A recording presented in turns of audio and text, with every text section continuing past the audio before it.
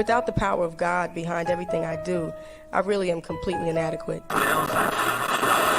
I'm helping the culture. These guys are part of us as well. You know, these guys are our cousin. I'm helping the culture. I'm pushing the culture forward in another way. Hey, black child, be what you can be, learn what you must learn, do what you can do, and tomorrow. What do you do after you read? What do you do after you know all, right? And you can say that you're truly conscious. How are you putting what you know into action?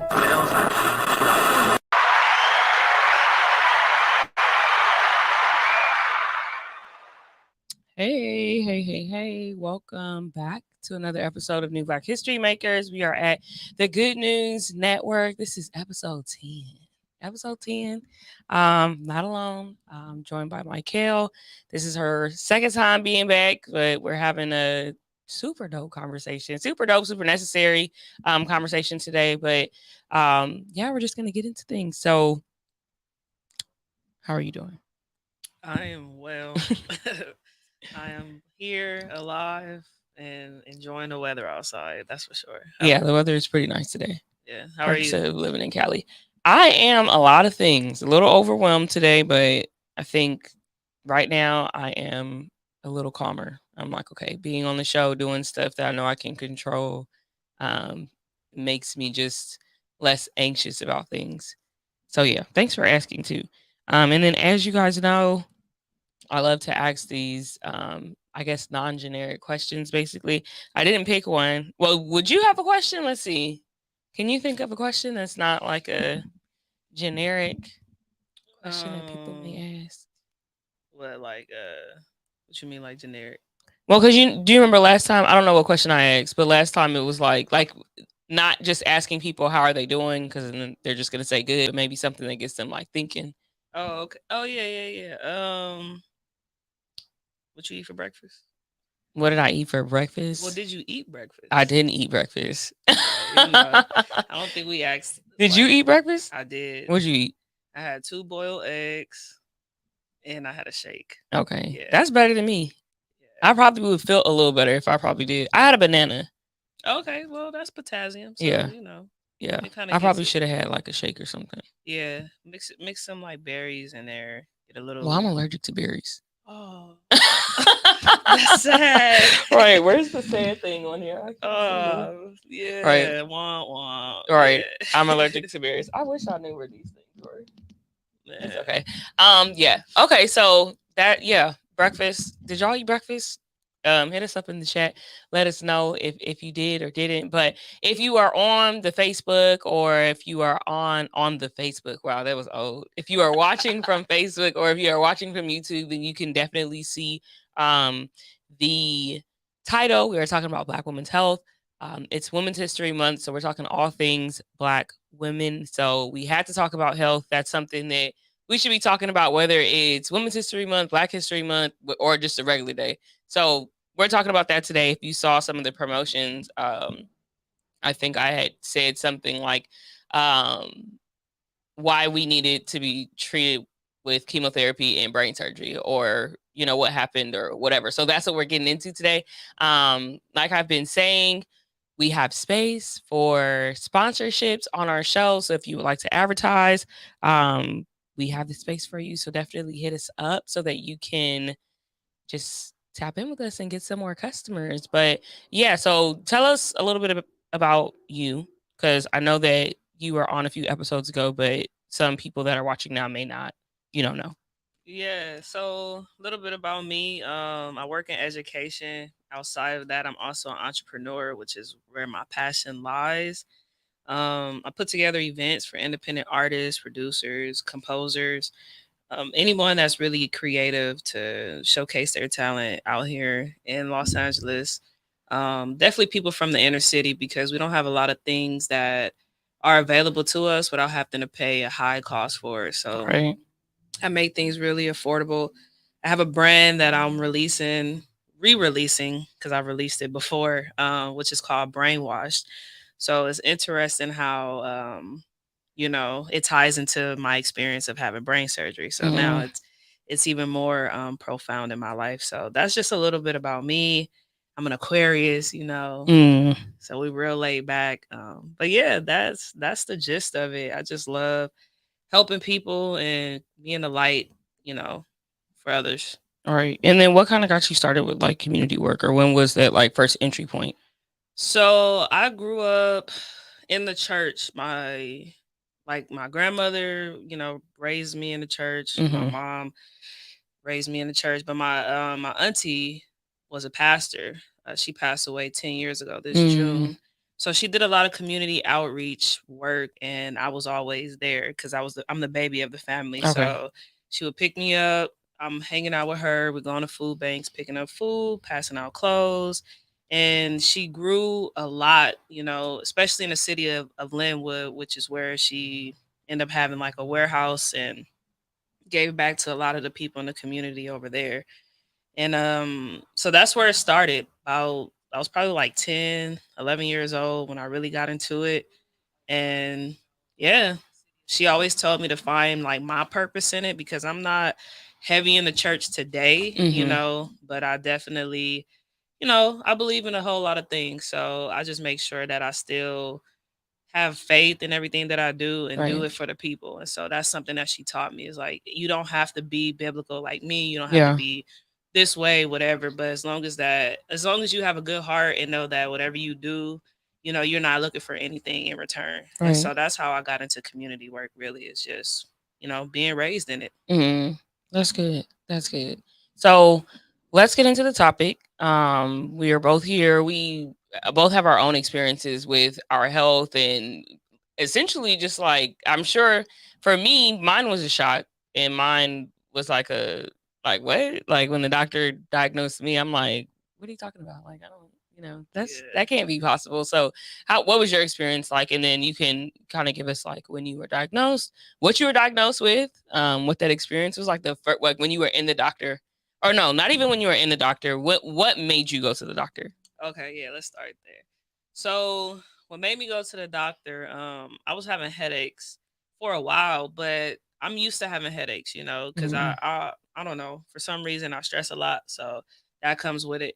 And I remember getting to a point where I would like hear ringing in my ears, and I couldn't walk upstairs. It took me like 20 minutes to drive off after I've gotten dressed in the morning, got in the car, had to sit there and really like prepare myself to drive. And even that became a problem. It almost felt like I was driving under some form of an influence when I know I wasn't. And so I went to see my primary doctor.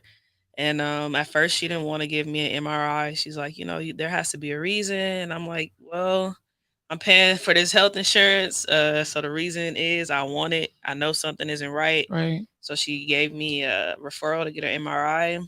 And yeah, next thing I know, I was getting a call from neurology department. But yeah, what led up to that was just really all the pain that I was feeling, because Tylenol wasn't working. Anything you could think of for a headache was not working. I even started drinking black coffee because the antioxidants in black coffee really helps kind of decrease certain things, and that didn't help. So, and then how long were you experiencing those symptoms before you actually went to the doctor?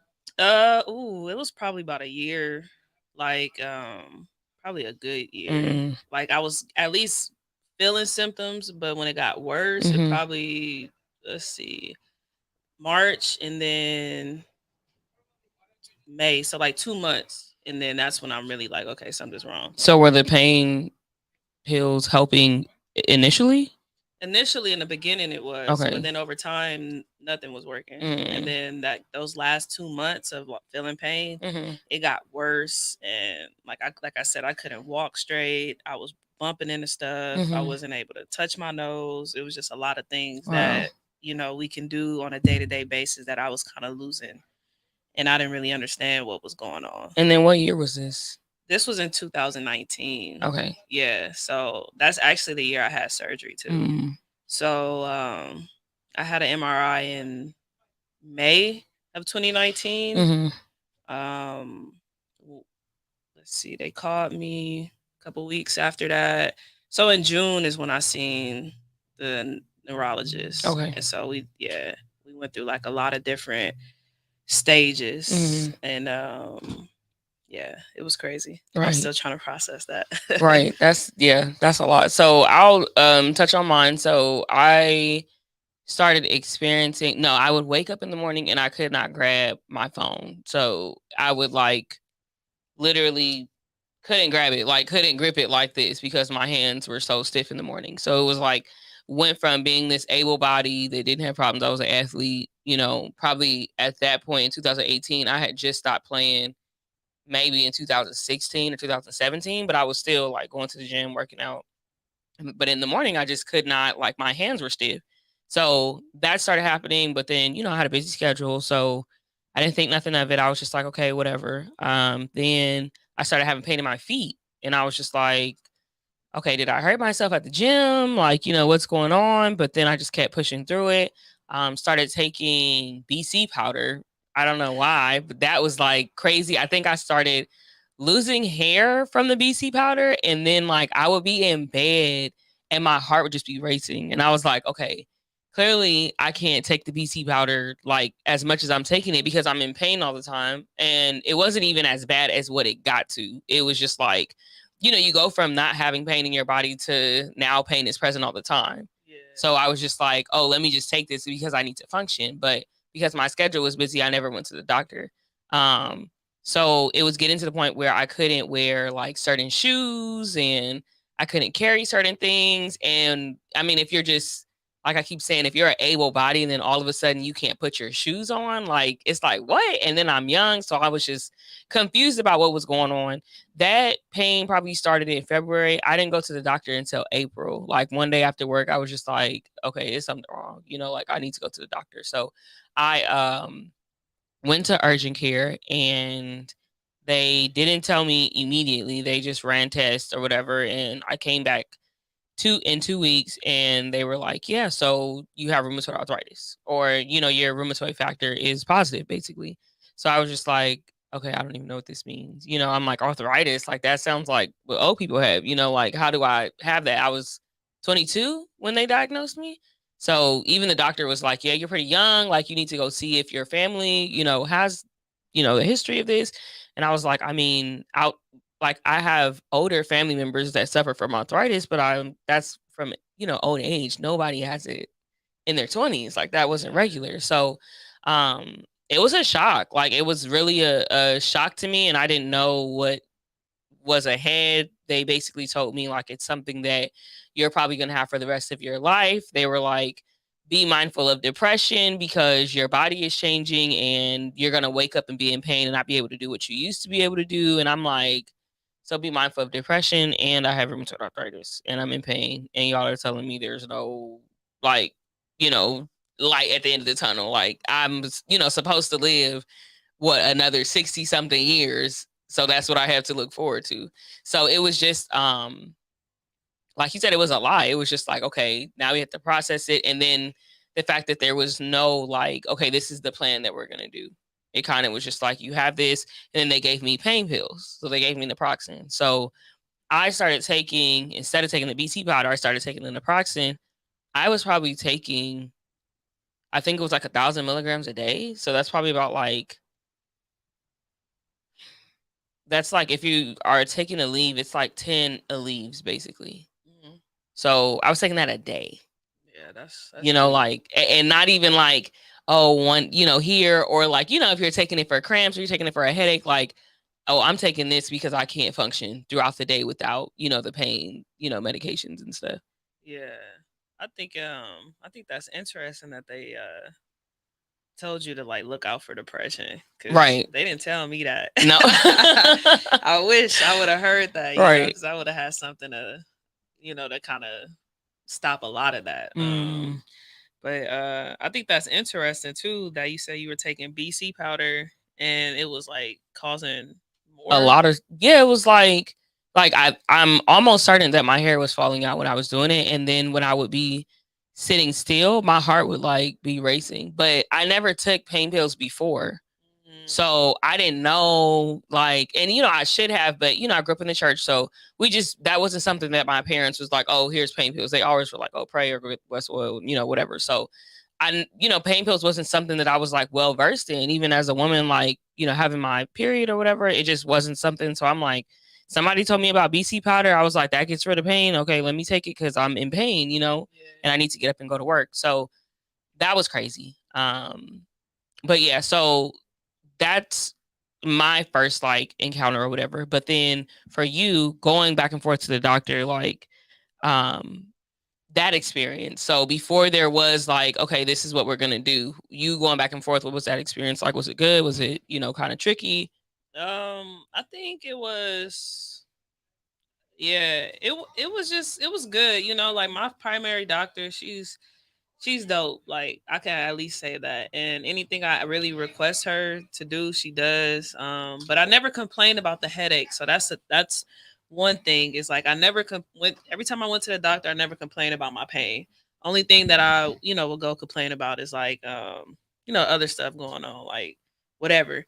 And so when the headaches got bad, she didn't even try to prescribe me anything because I already had a prescription for what's that damn, I can't think of it. Ibuprofen, yeah, that. So it's in my chart. I'm pretty much allergic to like narcotics, morphine, codeine, any of that. I can't take anyway. So that's all she could prescribe me, and it didn't work. But going back and forth to the doctor when it was time to, once I found out I had a cyst. So this is why I had brain surgery. I had an arachnoid cyst. So what that is, it's a sac of fluid that fills up with your spinal cord fluid. So basically your spinal cord fluid is connected to your brain, and all the fluid from the spinal cord to the brain is what allows you to walk and do motions and stuff like this. So all of my fluid was pretty much building up, which is why it became hard for me to walk, hard for me to drive, go upstairs, basic motor skills. Right. Even trying to eat, my hand will go numb and I would drop the fork. So I think the scariest part about it is like once it was clear that I had to have surgery, then I had to take all these tests, I had to stop doing this. I'm 25 years old, so I'm engaging in extracurricular activities and I have to stop all of that. And I'm like, all right, my health is more important. And so I think the closer it got to the date of my surgery is when it became more real, because that was the most time I've ever spent going to the doctor. Like I would go, get my checkup, whatever, take this, take that. All right, I'm cool. And then at that time, it just became more like, this is what we're going to give you for pain. But then that was giving me nightmares. So I couldn't take this. So essentially everything they gave me, I didn't take. Wow. So I thugged it out until like the day of my surgery, really. Thugged it out with no With pain medicine, nothing. No pain medicine.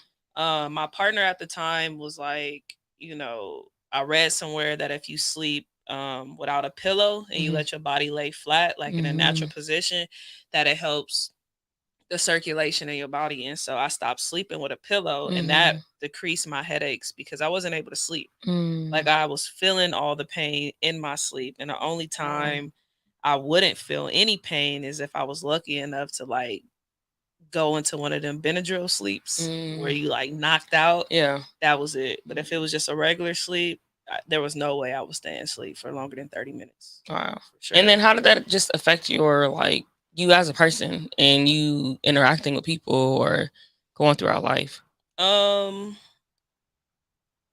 I think I just didn't want to talk to anybody, because I felt like the more I had to like use my energy, the less energy that I had. And so the only thing I had energy for was LA Vibe, was doing my shows. And so I would get on stage, do this, do that. But when artists would go up, I'm like hiding around a corner, really taking a breath, like really in pain. But I just had to fight through it, because there was nothing else that I could do about it. Yeah. Like there was no other choice that I had. It wasn't we can monitor this over time. Yeah. We could do this, we can do that. It was like, you have to have surgery because we have to cut in and cut that sac of fluid and release it so that you could, basically feel better. Wow. And so that process was depressing. Right. You know, that's why I said I wish they would have gave me that warning, Right. you know, prepare for depression, because it definitely hit me hard. Right. I mean, I guess if you go through any type of life changing, like, ailment or something like that, I guess they should tell you, be mindful of like some type of mental break or something that could happen. Cause it's like, with me, there were moments where I was just like, I mean, so yeah, I was diagnosed in 2019. So there's been days, I would like to think that I've done well with my emotions during this time, but there have been days where I'm like, yo, I'm really in pain every day of my life. Like it gets old, and it's like you can push and push and push, and get through it. But it's like, I was telling somebody, like, that's almost 1,000 days at this point. Like, basically, that's you just in pain all the time. So I'm like, I've had those days where it's like, all right, man. Like I woke up again and I'm still, in pain. Like it ain't getting no better, So I'm like, I get it. It's literally I would like to think that I'm a strong person. It's not for the weak. Like you can literally just sit in your bed all day and you would be justified in it, because having this ailment, or even having any ailment at that point, especially on the magnitude of what we're talking about, like it can keep you inside and make you not want to interact, make you not want to talk to people, or make you not a pleasant person. Because you think about like even us as women being on our periods, like that whole hormonal thing, or just not being pleasant because we might be in pain, right? So imagine just having that pain all the time. It's like it's difficult to be the most pleasant, know?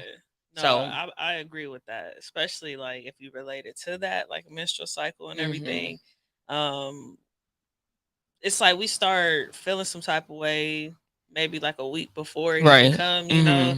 And then when you thinking about what we've been through and like going through, all of that is really, I can't really put it into words, but it's almost like you said, like it just gets old. Like, damn, can I have like 30 minutes where I'm not in pain, right. or where I can hear anything but water in my ear, something like that. And that's one of the reasons why I always encourage people now, like, go to the doctor. Yeah, for Like sure. whatever you have or whatever you feeling going on, just like, take care of it. It could be nothing at all, but you won't know unless you go. Because sometimes we, like, the brain overthinks things and create something out of nothing. And then what you been running from is really nothing, but you've probably turned it into something over time because you just didn't go get that confirmation. Yeah. And so that was one of the reasons why I didn't initially go to the doctor, because I'm like, oh, it's just headaches, whatever. I had a concussion before. Yeah. Maybe it's like something from that. I'm not gonna go. But yeah, man, like when I did go and decide, I was just like, what? And they showed me what it looked like. So I had my AirPods, right? So basically what was in my head was about the size of this, but not as squarish. It was more round. And so when you think about something like this size growing in your head, and you don't even know, it's really, once I seen the MRI, I was kind of scared. I'm like, damn, like, can I die? Right. And the doctor was like, well, it's not a tumor, it's a cyst. So it's a little bit less complex, but it's still invasive because we do have to go in. But you will be all right. Like, you're not going to die. And the chances of it coming back is very slim. Okay. And so, Right. That's the difference between like a tumor and a cyst. So even though I went through what I went through, I still feel very grateful and lucky that it wasn't where it could have been, what it could have been rather. And yeah, so going through that process for 30 days, right? So I told you I went to the doctor. I didn't tell you about the test. So when I went to the doctor and I met with the neurologist for the first time, before he even told me what was wrong, he had me do a series of tests. Okay. So, you know, we athletes, like you said. Yeah. So we've had balance tests. Stand on one leg, Yeah. pull your leg back, do this, go like this, right? So it was to a point where like I could do it with the left hand, right? But when it came to do it with the right hand, I could not touch my nose like at all. And I couldn't stand on one leg. And I'm healthy. Like at this point, I'm still working out. I'm doing all these things and I can't balance myself. I can't touch my nose. You know, he was like, walk to me. I'm like staggering. He's like, okay, this is exactly what I thought it was going to be. So then he turned the monitor around and showed me. And he's like, yeah, so this is what's inside your head. Wow. And I'm like, damn, Wow. right? Yeah. And I started crying. And then immediately I stopped. I was just like, you know what? I'm gonna eat this like Sunday dinner. Whatever come to me, whatever you say, I'm gonna just do it. And then my mom and my partner at the time was in the room with me, and they were just like in tears. And I felt like I had to be the strong one. Right. Like, y'all supposed to be in here supporting me, and you in here crying, Right. making me feel like I'm on my last days. Right. Right. And that's interesting too, because I was like very iffy about telling people and saying stuff because it was like I didn't want like pity from people, you know? It was like if you're gonna support me, then I wanted like real support, like because it got like progressively worse like during the pandemic. So it was to the point where I couldn't carry things, I couldn't do certain things. So it was like I need help. If you are gonna be sad for me, like I don't need you to know about my, you know, illness, but if you're gonna actually help me and support me in my business, like physically, like okay, then you know I could let you know about X, Y, and Z. So for me, I remember when I found out, I like can see it now. I remember I went to the urgent care, got the test. 2 weeks later, probably a little longer than 2 weeks, but I had eventually went back to go get the test. And then also if you have an ailment or just period, like I'm an advocate for Kaiser. There's no sponsorship or nothing. They're not paying for anything, but I'm an advocate because Kaiser does everything in house. And I don't know if there's any other places that do, but there's everything in house. So for me, the first time that I did it, I didn't have Kaiser when I was like seeking to figure out what was wrong. And it took them 2 weeks to get my test so that I could find out what I had. With Kaiser, I can do a blood, you know, test right now and my results are going to be in my phone before the day is over. So that way I'm able to track my progress, and then the doctor has it, you know, whenever it's there. And I'm like, it was very necessary for me to switch and to get back to some you know, a hospital that did it in-house because I need my information, you know, like quick. And then especially when I didn't know what I had, to go another 2 weeks, and emotionally that took a toll on me because it was like, it already takes us a lot to go to the doctor. So then I go to the doctor and I get these tests, and you see that there's something wrong with me. You tell me go somewhere else to go get the blood work, and then I have to wait 2 weeks. So those 2 weeks were just like filled with anxiety. Like, I don't know what I have. They're like, it could be lupus. It could be, you know, this, it could be that. And I'm like, lupus? Like, you know what? Like, what are y'all talking about? And you want me to wait 2 weeks? Like, so I think it's important too. I mean, if you're it can happen to anybody. So I don't even want to say if you're able bodied, but like just be mindful of your healthcare. Like it's not just about like the pricing, or it's not just about like the location, but you want to be mindful of the services that they offer and the timeliness of those services, because having to go get a x-ray in Torrance and then having to go get blood work in Downey and then having to go do an MRI in Carson, like that can be a lot. And that's going to be another reason why you're not going to the hospital when you need to get all those tests. So I'm an advocate for Kaiser because I literally can get everything done in one day at one place. And there's multiple places. So there's multiple places where I can go get blood work, and I have to go get blood work rather often. So sometimes with my schedule, I'm just not in one place. But if I can find a Kaiser, they'll literally let me put in my medical record number and I can go to any of them to go get blood work. So it just like really works for me because, like I said, I have to get blood, you know, all the time. Yeah, I agree with you. That's who I went through, like to have my surgery, everything. That's my provider is Kaiser. I love Kaiser. y'all could pay us for this. Free promo. Right. We're doing this because we care about y'all, the people that are listening. So it ain't really about Kaiser, but we want y'all to have like a good experience. And we know there's a lot of people who say negative things about Kaiser, but I'm saying, and we're saying from people who was going to the doctor, we go to the doctor. I go to the doctor a lot now. I don't know if you still are going like pretty often, but I'm at the doctor a lot. I was probably at the doctor like twice this week. So, it mattered. My healthcare provider, like, and what they offer and how efficient they are, like it really matters. So I'll go into a little bit. I talked about me being diagnosed, whatever. My experience after I was diagnosed was trash. It was trash. It made me not want to go back to the doctor again. I stopped going to the doctor in 2020 and didn't go back until I stopped going to the doctor in February of 2020 and didn't go back until November of 2021. And in pain, and was just like, I'm gonna just take these leaves, because my experience was like, if I'm gonna be in pain and y'all are not gonna help me, or y'all are not gonna really like listen to what I'm talking about, I'll just keep taking these leaves and getting through my days the way that I've been doing it. So I got diagnosed. They sent me to my primary doctor, and when they did that, it was this guy, and I would literally probably be at the doctor or in his office maybe every 2 or 3 weeks, and he would just be like, okay, well, your rheumatoid levels are high. So for context, your rheumatoid number is supposed to be below 14. When in November of 2019, mine was at 365. So it was like way off the charts. So that's literally like over 300 points above. So you can just have context of the type of pain that I was in. So they did that, and he's just like, okay, well, yeah, your rheumatoid levels are high. We can give you steroids. And I'm like, okay, what is that going to do? Like, he's like, oh, it's just going to take away the pain. And I'm like, well, I'm already taking pain medication that's taking away the pain. So why would I do the steroids? So he would be like, okay, well, we're going to keep, monitoring your numbers.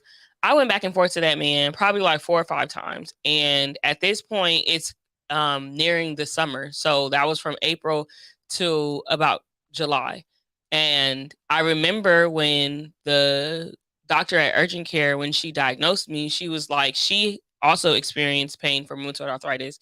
And she said, you need to see a rheumatologist. So one thing I will always ask them is, can I see a specialist? And their answer was like, okay, well, we're going to run more tests and then we'll let you know on your next appointment.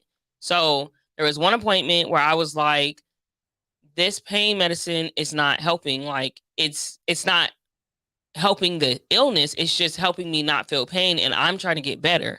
And my doctor was like, well, we don't know what we can do for you. And I'm like, well, you never allowed me to see a specialist. So he's like, okay, go talk to the lady in the front.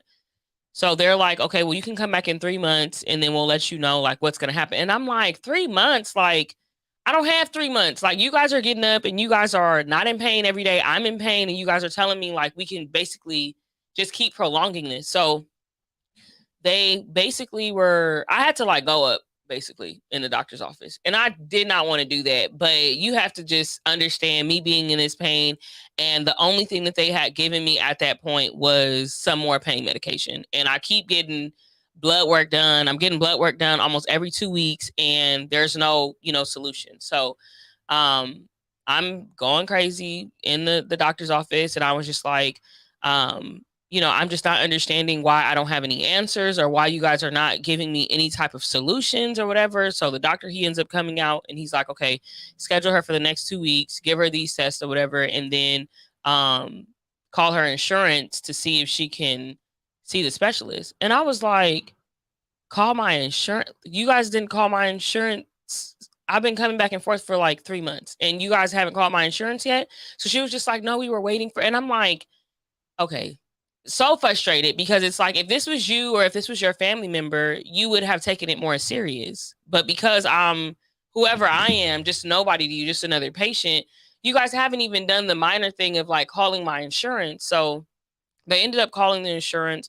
They approved me to go see the specialist. However, the specialist, for them to see new patients, it takes 3 months. So that was in July. I didn't get to see my specialist until November, the Monday before Thanksgiving. So mind you, or just be mindful, I got diagnosed in April. I didn't get to see a specialist until November. So I'm just with no solutions, no answers or nothing. Just take pain pills and that's it. So once I went to the specialist, they ran more tests. They put me on a steroid pack. So what the steroid pack did was it was supposed to see like, okay, if my pain came back after I took the steroids, then I didn't have rheumatoid arthritis. If it did come back, then I did. The pain ended up coming back, and then I ended up getting like worse pain in my foot. So now they were like, okay, we're gonna put you on chemotherapy, and that was in February of 2020. But I was like, absolutely not. Like I am not taking chemotherapy. Like that's not for me. I can't do that. I'm young. Whatever. So that was my last time going to the hospital. Because I was just like, okay, and it was a male doctor, and he had mentioned, he was like, I don't know. He didn't say I don't know, but he was just like something about not being able to have children. And then he was like, yeah, your hair might fall out, and I'm like, I don't want none of that. Like I don't want any of it. And he just didn't really do a good job of explaining what the side effects were and how the drug was supposed to work. So it was one of those things where I kind of was just like, no, I walked out the doctor, and that was the last time that I went to the doctor before this last like round starting in November of 2021. So my experience was not like really good at all. It was something where I was just like dreading it. And then I know a lot of people, were just like, oh, Black people don't go to the doctor. But it's like when you have that experience, like I can completely understand why somebody would just sit at home and just be like, I'm gonna take the pain medication, because that's essentially what I did.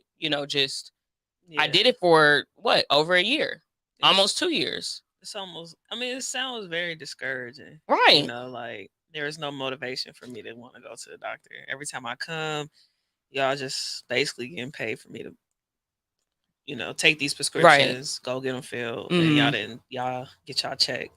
That's really what that sounds like. Right. So. And no solutions, no real solutions. And then I have to ask for all of these things. So, yeah, I just talked a lot. So did you want to share a little bit more about your experience after? Because, okay, so you went to the doctor, he ran a test, and then he said that you have to do surgery. Yeah, so I had one MRI, which was initially why I was sent to neurology. But that was kind of upsetting too, because I got the referral from my primary care physician, did the MRI, and nobody contacted me. Like the nurse didn't contact me. No one went over like anything with me. Next thing I know is I'm like getting a call from Kaiser saying, hey, this is Dr. Junk. This is your neurology department. We just want to let you know we schedule you an appointment for you to come in on this day and meet with the doctor. And I'm like, okay. So I'm thinking I'm going for headaches, whatever. I'm not.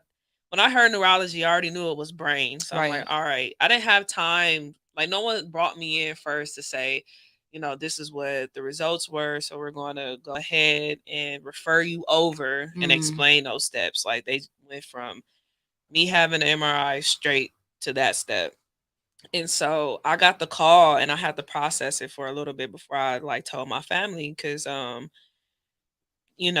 what I thought could have just been migraines or something is actually something like more than that. So then when I did end up meeting with the surgeon, I had to get another MRI. So essentially I probably got like 2 more MRIs before my actual surgery. Okay. One with contrast, one without contrast. So they pretty much have one that's plain, and then they do another one where they pump this fluid inside you, and it's supposed to clear everything to like create a more, distinct image of like exactly what it is.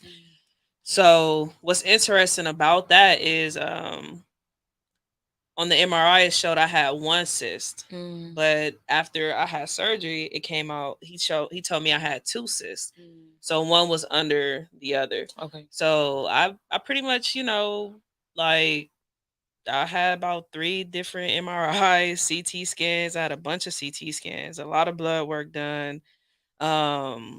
but it was a smooth process. Like I can't say that. Like once I met with him, it was about, let's say, June. My surgery was August 1st, and so Okay.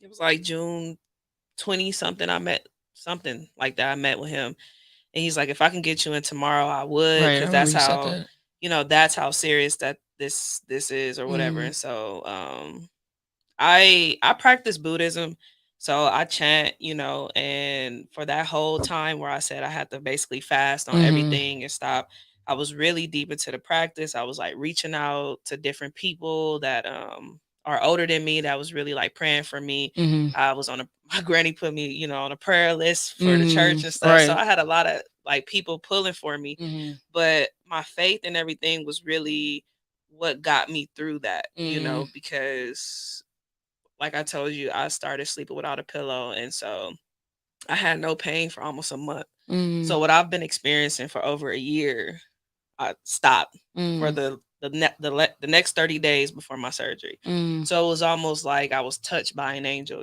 that was like, Mhm. you know what? Yeah. Because you finna go through this next chapter, Yeah.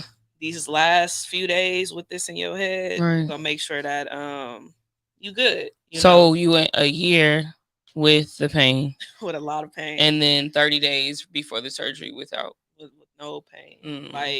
like mild to no pain, Mhm. literally. Very, very, very unique. You know what Mhm. I'm saying? Yeah. To a point where I was like, man, this faith thing is like really good. Like when Mm. they say have faith in something Yeah. and all things will work out. Yeah. I really start believing more in the word faith and like what it actually means. Cause at one point I could have went into like this cold depression where I'm like, you know what? I'm finna go back outside. I'm about to party. Everything they told me not to do, I'm about to Yeah. do. Cause Mhm. I'm like, I wanted to feel so bad for myself. You know what I'm Yeah. saying?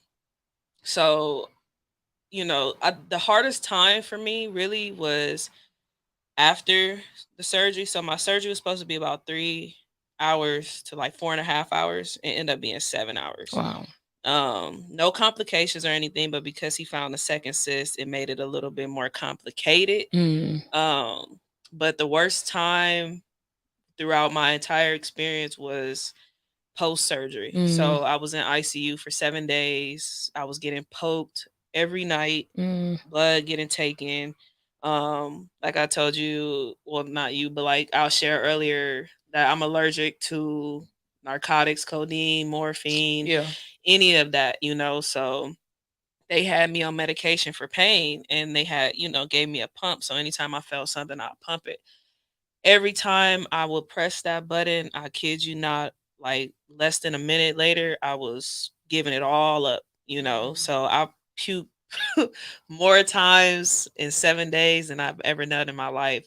So what they actually ended up giving me was a mixture of Tylenol, not with codeine, just extra strength Tylenol liquid, Mhm. a muscle relaxer, and they gave me tramadol, which is like a pain pill, but a low dose of it. Okay. So everything else that they tried did not work. They were like, we could try Percocet, and I'm like, I'm good. Mhm. Shout out all the rappers. Yeah, y'all make me not want to take that, Right. Mhm. But that was probably the worst because I had staples in my head, and so Mhm. every time I would essentially throw up, Mhm. I can feel pressure. Mm. And it took them at least 3.5 days to figure out what to give me. Oh wow. And so the next few days was, it was a little less dramatic with the whole throwing up, but the pain, and then the combination of the muscle relaxer and the pain pill was giving me night terrors. So Mm. even while I was in the hospital, I was like waking up pouring in sweat because I'm like seeing things that I've never Wow. seen before. And that's something that they don't tell you about side effects and medication, which is why I'm not a big fan or a advocate for people taking medication. I think like natural is the way to go, but do what you got to do, for your health and Yeah. everything like that. Um, so yeah, like that was really like the worst part of it all. Like I lost, let me see. I probably lost like a good 40 pounds Wow. in that amount of time. Wow. In Yeah. the 7 days. Yeah. Wow. So like I went in, you know, a little thick. By the Mm-hmm. time I left, like my little legs, like Mm, everything, and my arms, I just had never been that small. mm, And I started. That's when I started to get depressed because mm, I'm like, damn, you know, I can't do anything. I have to heal. I lost a lot of weight. I can't just jump back into food, yeah. you know, like heavy food. I have to like take it easy. And then I was constipated for 8 days Wow. after I left the hospital. Mm, So that was like another thing. So all the like the headaches and stuff went away, but everything else started to come, you right. know, the depression, the like the night terrors, which I still have to this day, Wow. which is something that I really need to get checked out because I don't know if that's normal or not. Because how But long has it been? it'll be 3 years in August. Okay. And Yeah. that's, yeah. So I don't have them every night, you know what I'm Mm-hmm. saying, but I have them from time to time. But Right.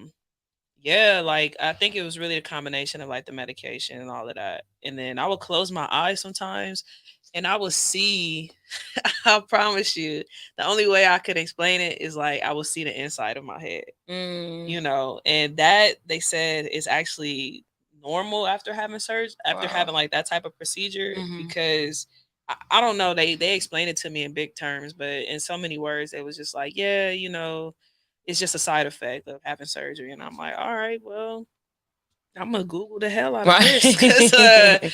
I don't want this anymore. I don't want to see Right. the Yeah. inside of my head, you know. Right. And that led to a lot of like other, like I said, depression and stuff. Because I was 25 at the time. I'm like, I know I'm gonna be a millionaire this year. I Mm, had events lined up, different things lined up, and then in a matter of like, you know, MRI in May, met with the doctor early June, mid June, mm, and then surgery in August. I had to stop like everything. everything. Yeah. So I turned 25 in January, and by August I was like bedridden.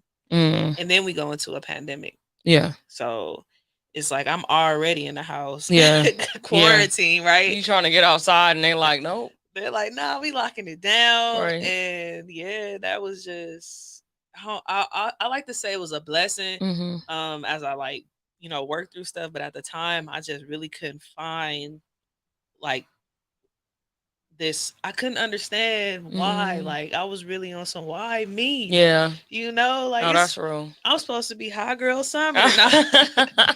No, that's real. Because I think the why me is like, especially when you're going through the day to day, because it's like sometimes, people they'll go through different seasons of their life, but then to really like have something that you're dealing with on the daily and it's something that you can't really like control. You can't work this out. Like you can't go and try and swim it away or do anything. Like it's not losing weight. It's just like it's there. So that's a lot for me. And for during the pandemic, if the pandemic didn't happen, I don't know what would have happened to me and my life, because as things started closing, my body started getting worse.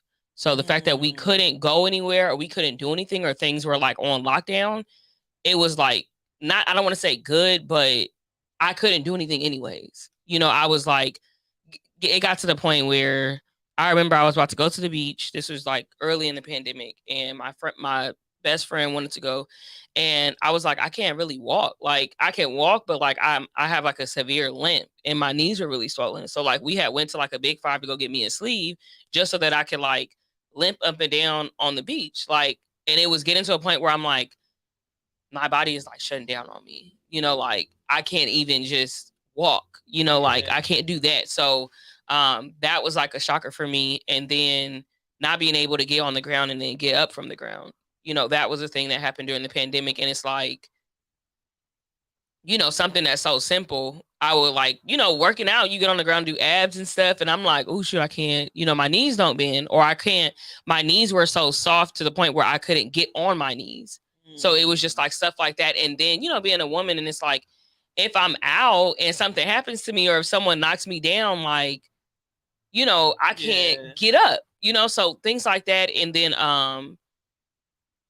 it just got really bad. So walking up and down stairs, that was hard. Like I had to like walk up and down sideways, or like really hold on to something. my elbows started like locking, like, you know, I mean, of course your elbows are supposed to go straight. I don't even think they're completely like straight now, but my elbows were like this.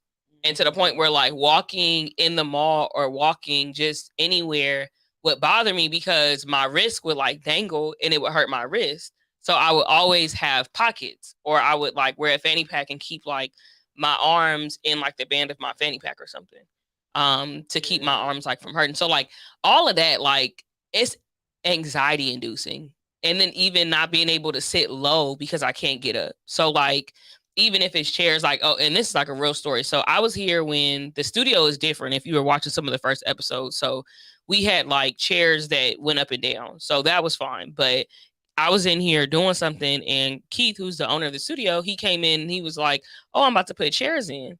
So I'm like, dang, like, you know, that's anxiety inducing, because if these chairs are not high enough, then I'm gonna struggle getting up and down, you know. And then thankfully, like, the chairs were high enough, and then my body started feeling better. But that's like a real thing, being out and or going to somebody's house and they got low couches or something, and it's like, dang, and then having to ask like, okay, can you help me up? Like, that's a huge mental thing, especially for someone.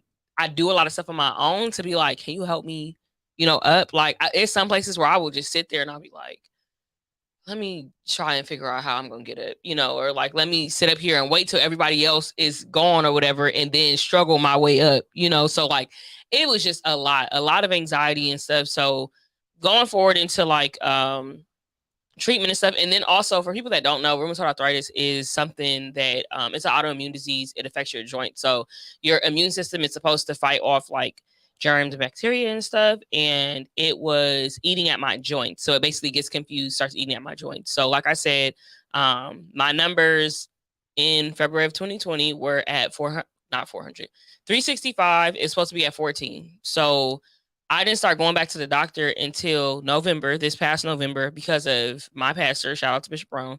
He is a doctor, and he would see me limping around at church, and he was just like, you need to go to the doctor. Like, they have medicine for this. I was like, no, they told me they wanted me to get on chemo. And he was like, well, you need to go like do some research. He was just like, I can give you some stuff and some information and stuff. And he was like, he just kept asking me, like, just go to the doctor, go to the doctor. And I'm like, okay, you know, and it made sense, because it was like, I don't want to put it all on me, but the fact that I was willing to just walk through with the pain and just take the medication instead of maybe requesting a different doctor, like, I kind of was just over it. And it was like, you know, maybe I should have, because the way that my body was going, it was done. Like, what really struck a chord with me was, so I'm 26, and I had went to go to some doctor, and he was like, you'll probably be on a cane by like the age of 30.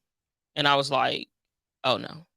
Okay, I gotta go back to the doctor. Like, you know, I gotta see something. So I ended up, when they said that, I ended up going to Kaiser. I switched my provider to Kaiser. When I did that, now, because I had the first experience, I was much more knowledgeable about what I needed and what I could ask for. So I went in, told them, hey, I have rheumatoid arthritis. I need blood work so that you guys have it in your records. I was like, I need a physical therapist, and I also need a referral for the rheumatologist. So that process, mind you, like I said, the first time, it took me from April to November to see a rheumatologist. It took me 2 weeks at Kaiser to see a rheumatologist after my first appointment.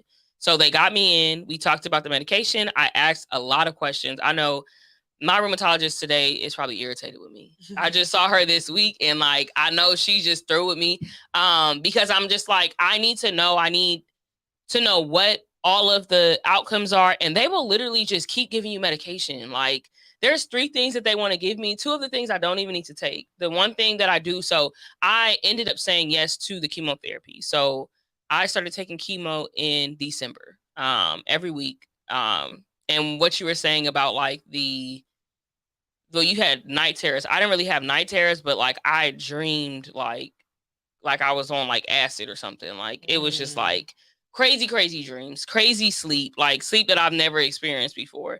And it's like a weird high that the chemo gives you, basically. So being on the chemo, it's an irritating thing, because it takes you out for at least a day. I would take it Sunday nights, and I would not be back to normal until Thursday. So Monday, I was completely out. Tuesday, maybe I could do something at the end of the day, or maybe I could get up in the morning, but I would have to be back home to go back to sleep at the second half of the day. Wednesday, okay, I could go out and do stuff, but I didn't feel back to normal until Thursday. So that was really a hard process to go through because I'm an entrepreneur, like I'm a business owner. So having to not have 2 or 3 days in the week or not being able to do anything, being forced to sit down, being forced to literally like sleep all day. Like it was to the point where I remember the first day that I took it, I was asleep the whole day. People are like blowing up my phone, like, what you doing today or whatever. And I'm like, just knocked out the whole day. That Tuesday, I went to go do something, came home, fell asleep, like with my clothes on, with my shoes on and everything, because it was like anytime if I was on it on that Monday and Tuesday, anytime that I got in a comfortable position and I laid my head down, because you know how usually like if you like, oh, I'm tired, let me get up and put on some clothes, like some pajamas or something and lay down. If I laid my head down or did anything, it would knock me out. And I would be out for hours, like hours and hours. So it was it's a tough drug. And the dose that I was taking was not like as strong as a cancer patient, but the drug in itself, regardless of what dose you're taking, it's a really, really strong drug. So they gave me that because it was aggressive. So like I said, my numbers were 365 in 2020, but at the beginning of this year, my numbers were at 405. So it was just really progressing to a point where it was like, okay, we have to aggressively attack it back. So yeah, the drugs and stuff that they give you. And like I said, they wanted to give me 2 other things just to give it to me. Like, oh, well, you have pain, right? Like, okay, well, this is here. Like, here's a steroid. And I'm like, why would I take the steroids when the pain pills are working? You know, so it's been a lot. This was my first week not taking it since I started in December. And yeah, the chemotherapy is like insane. It's a really insane drug. So what's your numbers now? So ironically, my pain levels have went down a lot. And this is because I believe it may be a mix of everything, but so I'll talk about the inflammation numbers. So your inflammation marker is supposed to be below 20. Mine was at 80 at the beginning of the year. So that just is, a reason for the pain. Mine dropped to 60 something in February. And then now it's back down to 27. Okay. So, but this that I feel like the way that I feel now, or that number hasn't been that low since 2018. So I started taking this like natural inflammation reducer that I got from like this Mexican store. And it's literally like a life changer. So like I said, it could be a mix of the chemo and this, but the fact that my numbers dropped 20 for the first part of me taking chemo, and then they dropped 40 after I started taking the medicine, I'm almost certain that it's the natural medicine that's doing it. So I went to the doctor this past week, and I was telling her, like I said, when you go get your blood work, Kaiser sends it to your phone if you have the app or whatever. So I was able to see my numbers, and I'm like, okay, this matches with how I'm feeling, because I have had so much more relief in the past 3 weeks. Like my body hasn't felt this good since literally 2018. So they want me to stay on chemo. And I'm like, well, the goal was to get my numbers down. And she was like, well, your number is still high because it's at 27. But I'm like, it's not at 80 though. Yeah, it's like a little bit over the threshold. Right. And I'm like, okay, so are you really sitting up here trying to keep me? So what she said was, you usually stay on it for 6 months. So I'm like, so you don't normally see numbers drop this fast? And she was like, well, it depends. And I'm like, well, why would I stay on the chemo if we're at my goal or near the goal? Yeah. So that's a thing that I'm dealing with, like with the doctor now, and asking a lot of questions. That's why I was saying she's probably like irritated with me, because I'm like, why am I still, going to take this if my numbers are back where they're supposed to be. Because I'm like, I will take 27 over 80. Like, any day. Though. Yeah, like I can live with 27. My number has been at 80 for the past 3 years.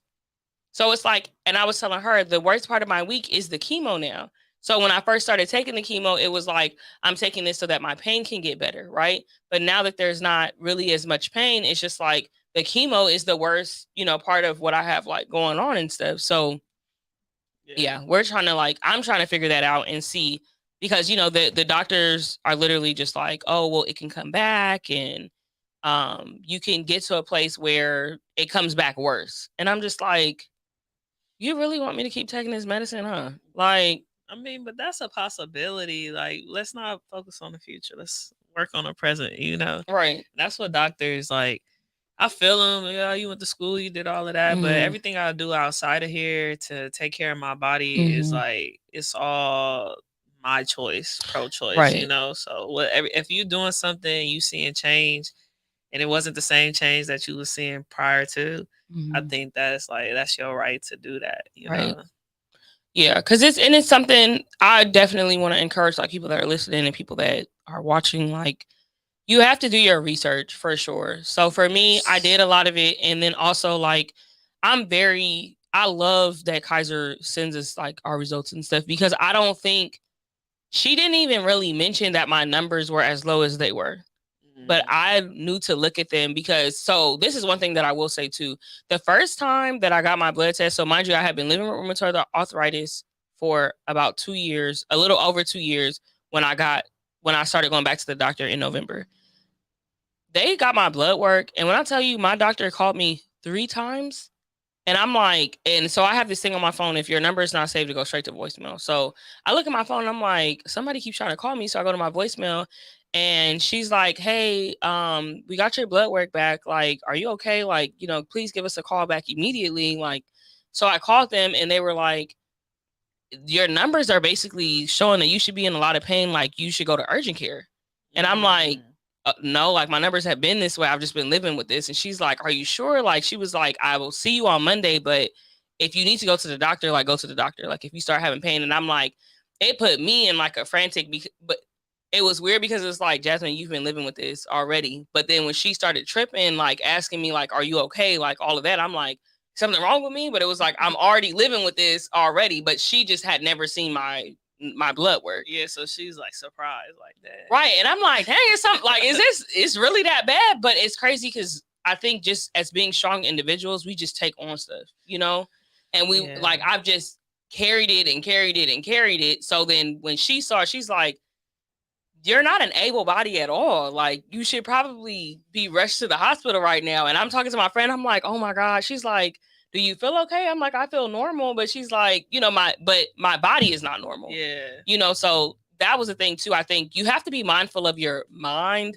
going through ailments too, because like they said, they prepared me, oh, well, be mindful of depression and stuff. But you definitely have to be mindful of people are going to feel bad for you, especially the chemo thing. So this is the first time that I've publicly addressed the chemo thing, or said that I've been on chemo. I've told people individually, but it was just one of them things where I was just like, I don't need everybody to start sitting up here tearing up for me, or I don't need everybody to start being like, oh my gosh, you're on chemotherapy, this or whatever. I was just like, nah, I gotta thug this out, kind of like you said, we gonna eat this Sunday dinner. I gotta get through this. I don't have time for y'all to be sad or whatever. And it's literally something that I know every Sunday night, that's what I was taking, and it wasn't something that I broadcasted. I didn't need everybody to know. I just needed to get through it, so. And that's strength too, because a lot of the times people run and tell everybody, and it's like, you have to be mindful of the energies in the world. When I was going through everything, I made sure you don't have my permission to tell nobody. You don't have my permission to post on Facebook, none of that. And so nobody really knew until the day of my surgery, because I wanted to make sure that everything I put out into the universe prior to that day was beneficial to me and touched everybody that was going to be in the room that had to operate on me. You know what I'm saying? So when you go around and you telling everybody things that's going on with you, sometimes you don't realize you telling people who you trust and you love just for them to go and have a conversation, just to have something to talk about. Right. And everything that they talk about isn't always positive. Yeah. And so people will prey on your downfall.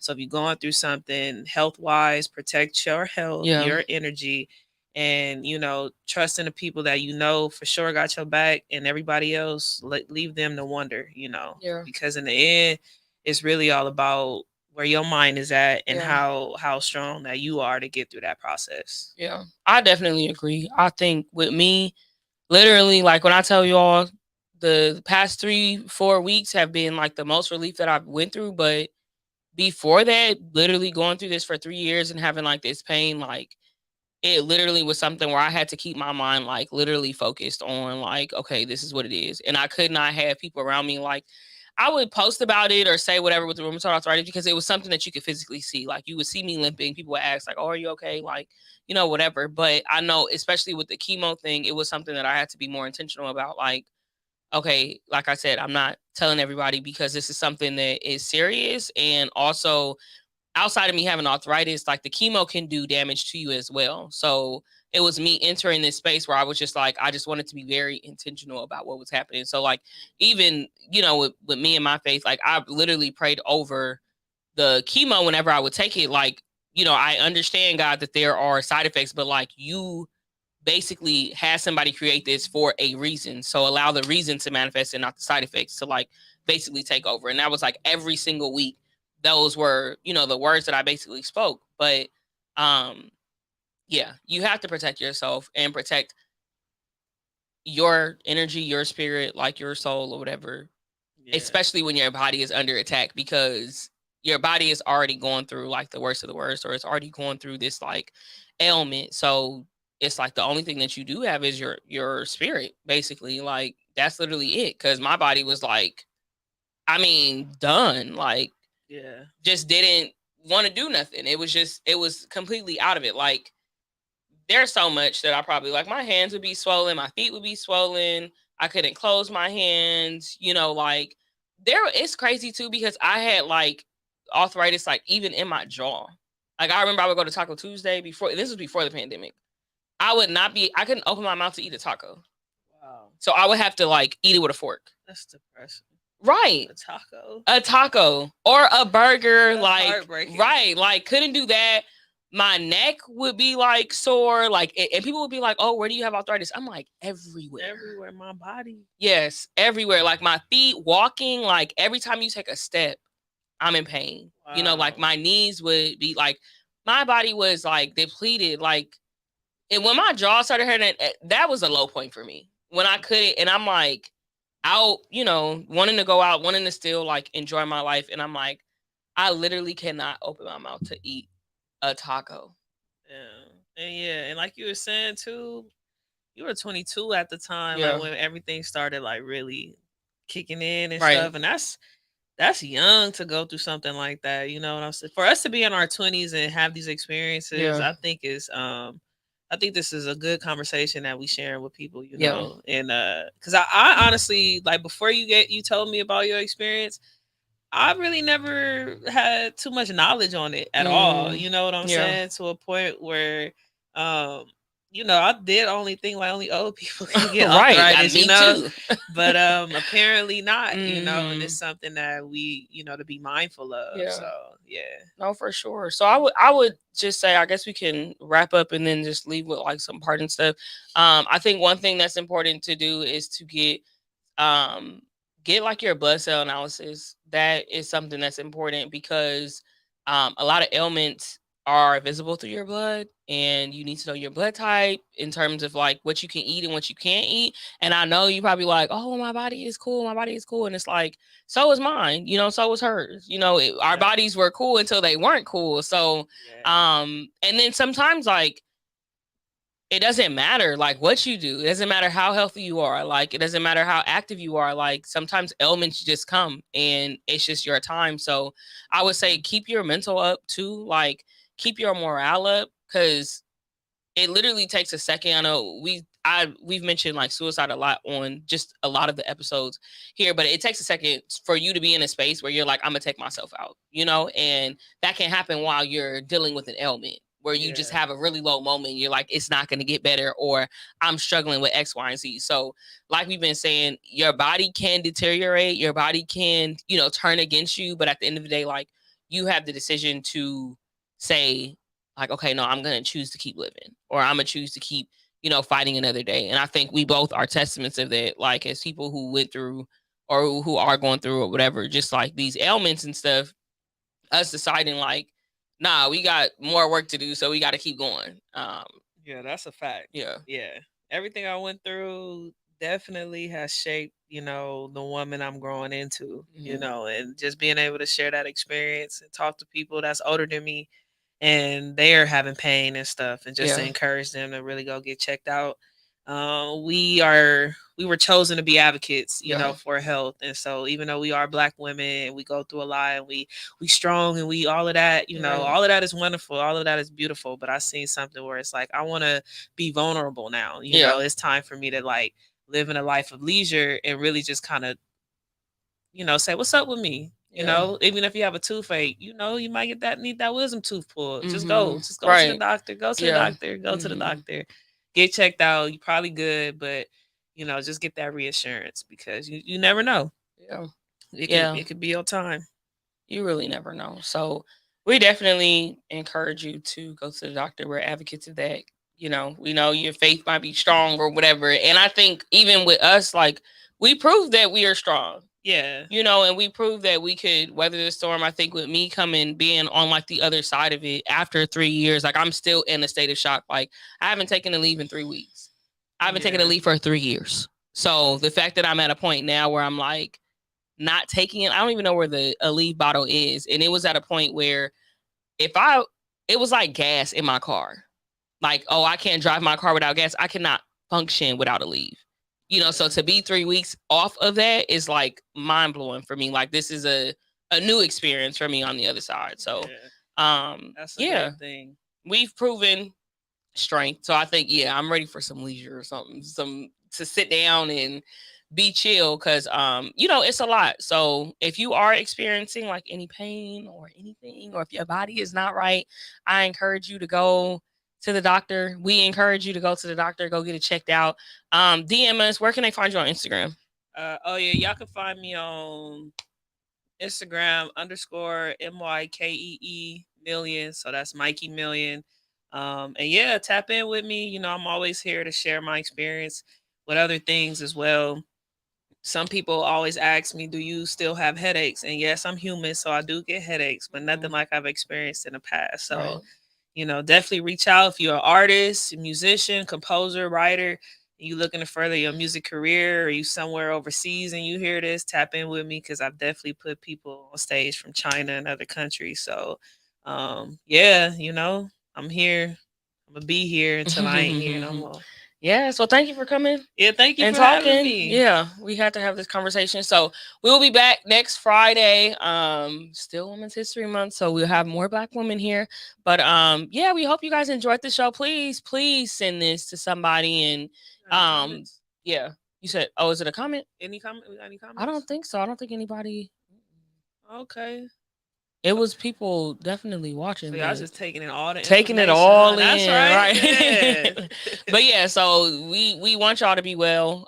Shout out to us for getting through our ailments and being on the other side for sure. So I will see y'all, or y'all will see me here for me next week on Friday. But y'all stay safe, stay Black, all of that. Yeah, stay proud. Right. Without the power of God behind everything I do, I really am completely inadequate. I'm helping the culture. These guys are part of us as well. These are guys of our cousin. I'm helping the culture. I'm pushing the culture forward in another way. Hey, Black child, be what you can be, learn what you must learn, do what you can do, and tomorrow